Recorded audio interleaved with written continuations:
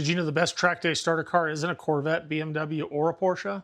Nope, it's a 35-year-old hairdresser's car that had 116 horsepower from the factory and that you can currently get for less than the price of a used side-by-side. Welcome to Off Camber. This week sponsored by Emanual Online, your source to all online manuals for any car you need, any truck you need, any tractor you need. They've got it online. If you check out the link, they have manuals for hundreds of cars and trucks available online now. Just go on the website, www.emanualonline.com/cars/offcamber22. Check out everything they've got available. When you buy something, enter offcamber22 at the discount box at checkout to get your 22% discount. That's special for my viewers. Make sure to watch later on in this video for a demonstration of how I actually use it in the shop. Thanks again to Emanual Online. Now let's get to the video.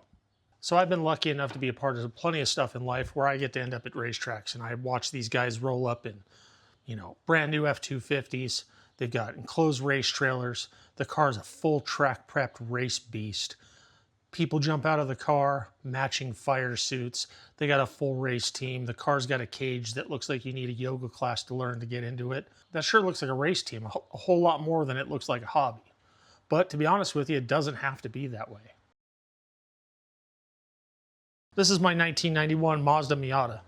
We are going to track prep this car and we're going to do it on a pretty tight budget. But we're going to do all the things we need to do to take this thing out to the track safely.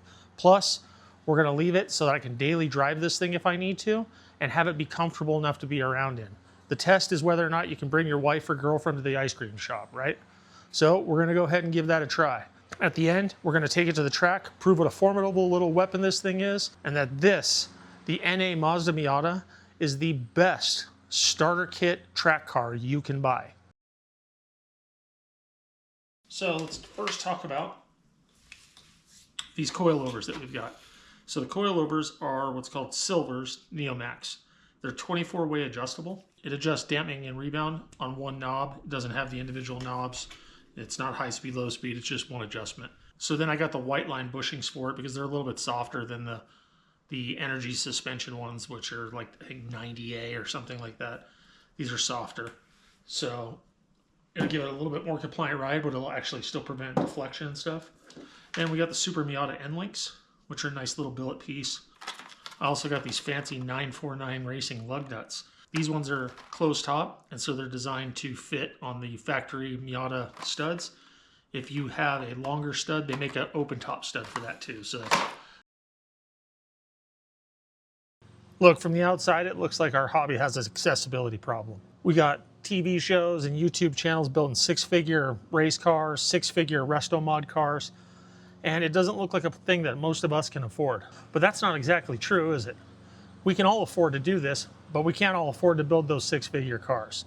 And to be honest with you, it kind of takes a lot of the fun out of it. You look like a lot of those guys out there, they finally get up to building those super expensive race cars, and then they find that they have more fun in the $7,500 cars.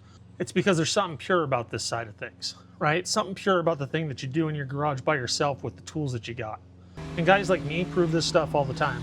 I have a 2001 Ford Ranger that I have race prepped pretty inexpensively, and we've taken it down and raced it at the Danger Ranger 9000 race twice, going back this year for a third time. It doesn't cost very much to race. Matter of fact, it actually costs more to get down there. But that's because I'm going so far away. If you do local stuff in your area, it doesn't cost much to do. And yet you can go out and have a lot of fun and bring your family and have a good time doing this stuff. And that's kind of the whole philosophy on this car right here. This car is going to be built so that I can get in it, back it out of the driveway, take it down to the track, run it around, have a good time with me, my friends, and my family. So the NA Miata solves almost every problem that a first-time track driver is going to have. One, it's easy enough to drive, and it's forgiving enough. And that's because it's slow. So people argue, well, why do I want a slow car? Well, because you want to learn how to drive first. Second part of this whole thing is, parts are cheap for it. Maintenance is cheap, modifications are cheap. Everything that you want to be inexpensive is. Tires, 15-inch tires. They're probably the least expensive 200 treadwear tires that you can buy. The car is rear-wheel drive, so you learn real driving dynamics, and you're not just pushing around a front-wheel drive car and then having to relearn something when you step up to rear-wheel drive. This is an entry-level rear-wheel drive car that's affordable to get in. That's pretty rare. Top it off, It has double wishbone suspension. Not to mention the fact that there are literally parts everywhere for this thing. If you can't afford to do it new, there are cars all over Facebook Marketplace where they are parting out their race cars for maybe something else they stepped up to. But there are cars that have full cages in them that you can get for $500-600 that maybe need an engine.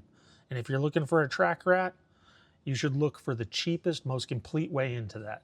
In the end, the Miata is a classroom. It's going to teach you every single thing you need to know and not charge you a ton to do it. Every other car out there, BMW, Corvette, Porsche, those cars are a gamble because if something breaks on them, none of them are that cheap to fix. So what we're going to do is today we're going to start with the suspension and we're going to go from there. Throughout the build, I'm going to take it down to a local track and we're going to do some periodic testing with it to see what our improvements are getting us. We're going to start with the suspension. We're going to do bushings, suspension, brakes, wheels, tires, the basic things that you need to start getting some traction in one of these.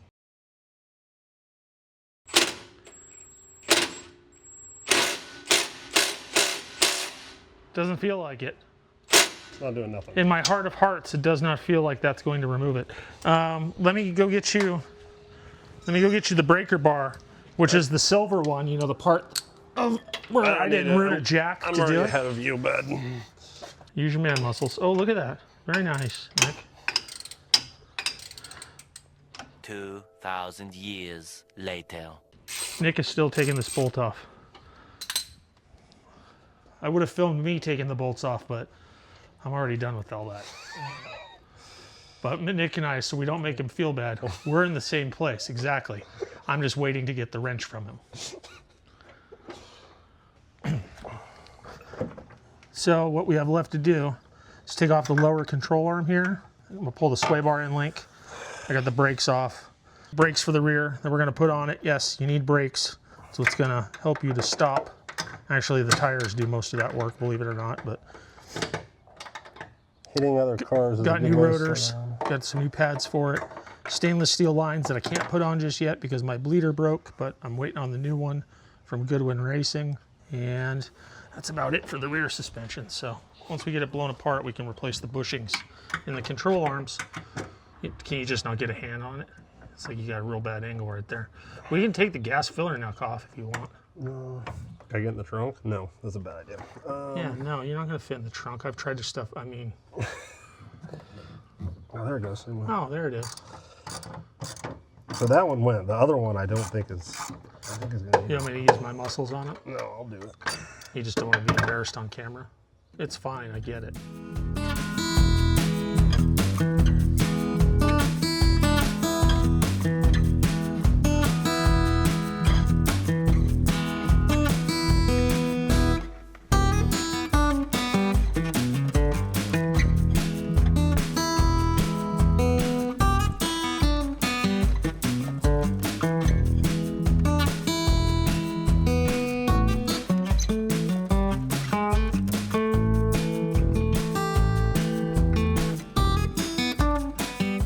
A lot of you might be looking at me right now thinking to yourself, Jason, why did you swap a set of brand new Conies out for a set of coilovers? Well, because everything's a tuning tool right now. Now, I don't need the best setup. I don't need motons. This is a track car starter, right? This is, we want to get it on the track, see how it does. And this is built for somebody who doesn't have a lot of experience doing it. I have a lot more time on the track, but I've just heard great things about this Miata, so we're going to build one. The reason I swapped to this versus taking this off is this also has dampening adjustment. See, this also has really nice top hats from Flying Miata. But what I've gone and done is I put something with adjustable ride height right here. Ride height is a tuning tool also. So I wanted to get all of it. Plus, if I'm going to drive it around on the street every once in a while, I want it to sit right. And that means lowering the car a little bit more than the Flying Miata kit does. Now, let's go back to these end links right here. Nobody talks about the end links too much. And nobody talks about bushings too much. They're not very sexy, you know. They don't look cool. They don't make the car look any different, but they do change the way the car handles. This is going to go ahead and get rid of all the deflection. You know, everything's done. Swaybar end links, what they do is with a lowered suspension, it allows you to shorten that swaybar end link down. But the real reason we want them here is it could save us from having to put bigger sway bars on if I can preload them once I get the car on the ground. Obviously, they're not set right now. You don't set a sway bar end link until you have it on the ground and the suspension's fully loaded. Then you adjust it all up so that there's no tension in the bar and it's just sitting there. But then we can preload it and do the things from there. Whoa, whoa, whoa, whoa. Hang on a second. We're gonna stop the video for just a minute. I know some of you guys out there are watching the video and not subscribing. What I need you to do is hit that subscribe button so that way we can grow this channel out. We're talking to you, bro. Like it, leave a comment, do something, but we need to get you to subscribe. It's free, it doesn't hurt, might as well do it. Otherwise I'll send him. You don't want me at your doorstep, do you? It's not that he's gonna beat you up. What's gonna happen though is he's gonna annoy you to the point that you want to give him back, and I'm not gonna take him back. He's gonna be yours. So remember, like, comment, and subscribe. So as you can see, we're completely done with the suspension now. I got the coilovers in, got the control arms all done, all the bushings are done, knuckles done, everything's done. Got to put the end link in on this side, torque everything down, and then we're squared away on the suspension. I am in the process of putting the new brakes on because that's an equally important thing in road racing, is being able to slow the car down. Normal brakes are set up to stop, you know, once, twice, real heavy. Then the pads get real hot and they start fading, and, you know, it doesn't work after that. So definitely upgrade your brake shoes and your brake lines and your brake fluid. I'm sticking with the stock rotors because the car doesn't have any more power. I don't need bigger rotors. I don't need any of the fancy cross-drilled stuff, anything like that. These will work just fine. So on top of that, I'm going with these G-Lock brake pads. I went with the R10 compound, which is kind of a compromise between street and track. They're going to do really well on the track. They will work on the street as well, but they're just going to shed a little bit more dust than a normal pad would. I'm okay with that. The car's going to get cleaned every time before we take it out anyway. In addition to that, I got steel braided lines. These are important because these rubber lines, one, they're old. Two, they expand when you start braking too much with them, and that causes some of the fade too. So we're gonna go do these. I can't do these today because my brake bleeder broke. So I've got a new one on the way. We'll get that done. I've got to put tie rod ends in the front end anyway. When that happens, I'll just throw the brake lines in real fast. I'm also gonna flush the brake fluid on the car when I do it. I'm getting rid of the stock brake fluid. I think it's probably .3 in here. I'm gonna go to a .4 because that raises the boiling point, which means it'll be able to handle increased temperatures on track use a little bit better. So this is the part where I actually torque everything back down on the rear end, and then we're gonna put the wheels and tires back on and set the car back down on the ground. It's a good day because we're basically done. So what I gotta do is get all the torque specs. I use Emanual online because I can get it right on my iPad. So, and here's all the torque specs for the rear suspension. This particular manual for the Miata blows everything out into individual PDFs, so it works out real nice. And basically I'm gonna go ahead and torque down everything the way it's supposed to be, and then I'll go ahead and put the wheels back on and call it a day. But the Emanual online stuff's real handy because I can just pull it up on my phone, I can pull it up on my iPad, I can pull it up on a computer. Definitely recommend this. It's a lot better. I'm a big fan of the manuals. I have a lot of Bentleys over there on the counter. I actually kind of like the digital ones better because I'm not thumbing through a bunch of stuff. I can find an individual PDF and use it that way. And it's just right here. It's real easy to use, and I can wipe the grease marks off this one. The manuals, they're grease stained. I can't wipe the marks off. Looks cool, but sometimes makes the information a little bit harder to read. And if you guys go to the link in the description and then enter in my code, which is offcamber22, it'll give you guys a 22% discount on things. So the last thing we're gonna talk about here is the thing that's gonna make all of these modifications actually work. Tires. So these are the stock tires. They are a 185/60 R14 on what looks like probably a 5.5 inch wheel. They're dry rotted on the side. They have date code somewhere, probably from in the Clinton administration. So we're gonna put these on. This is a 205/50, and it's a Bridgestone Potenza RE71S. It's a 200 tread wear rating, and it's a really good street tire, but also makes a really good track tire. So we're gonna put this on. It's on a 15/5 inch wheel. I use the RML Daisy, so it looks a lot like a stock wheel, but an inch bigger and a lot wider.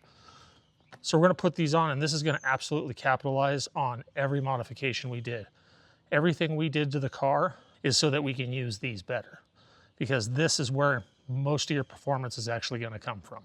So we'll get these things on the car and get the car dropped down, and we'll pull it out of the garage and see how it looks. So we got it started. We basically did everything we needed to do to this thing for about $4,200 on the first tier, but it's the majority of the mechanical work is done on this car. There shouldn't be much left on the suspension. There might be another $1,000 left in fine tuning once we get to that point. But name me another car you can do this with. Let's call it $5,500. If you go buy one of these things in good running shape, maybe cosmetically rough, and you can get it for $4,000, you are now under $10,000 for a track ready car, minus the roll bar. But that brings us to tier 2. Tier 2 is we're going to go ahead and set the interior up. In order to run it on a track, it's going to need a roll bar. It's kind of just a regulation. So we're going to put a roll bar in it. Probably going to go to Track Dog for that one. We're going to put a set of seats in it. Maybe just one for now, but 2 if we can get them. Depends on the budget. We're going to do harnesses. We'll do some other little things. We'll make sure the shifter's nice and rebuilt inside. We're going to make this thing drive spectacularly. Then we'll do a couple little body things like some spoilers and stuff to kind of toughen it up. I mean, it's got a luggage rack on the back right now. It looks kind of silly. The final thing we're going to do is once we get there is then we can start adding horsepower. The reason we haven't added any horsepower yet is because I want to prove to you guys that this thing is the perfect little tool to use for a beginner. You get out there, you learn the car, you learn how to drive, you learn how to do all that stuff. And once you get that down, then you can go ahead and start adding power. This car doesn't need it right away. You run this on small road courses, this thing is going to keep up with everything. The only place it's going to get pulled right now is in the long straightaways. So you run courses without that, you're going to be competitive with cars twice the price. So I got a couple more things to do before we get into that final 10%. I got to do the tie rod ends. Those are on their way. Ball joints on them are completely blown out, leaking grease out of every orifice they can find. I've got to do the new brake fluid and the steel braided lines. I just got the thing in this morning. Next weekend I'll go ahead and get her up to speed. And then we got to get the alignment done. Once that's all taken care of, and ride height too. As you can see, it's sitting a little bit lower in the back right now. It's the way the coilovers came out of the box. I haven't had a chance to adjust it. I don't know what the camber settings are yet. I'm going to look at that stuff up online and figure out what this car best responds to, and we'll set the camber up there. This is a build series. We are going to get this all done, and once it's all said and done, we're going to sell the car. So keep your eye out on this project. Thanks for coming. I hope you enjoyed your time here, and we'll see you next time on Off Camera.